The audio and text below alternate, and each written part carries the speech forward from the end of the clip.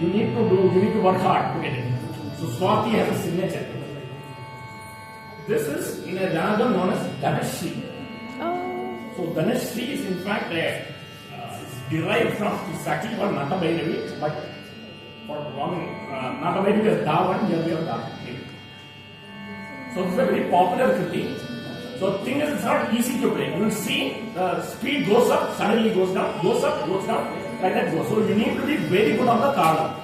So talam is a very important concept in Carnatic music. So we have two things.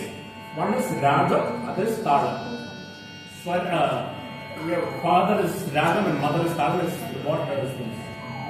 So you see here, the tempo keeps changing quick, very fast. Very fast. It's not easy.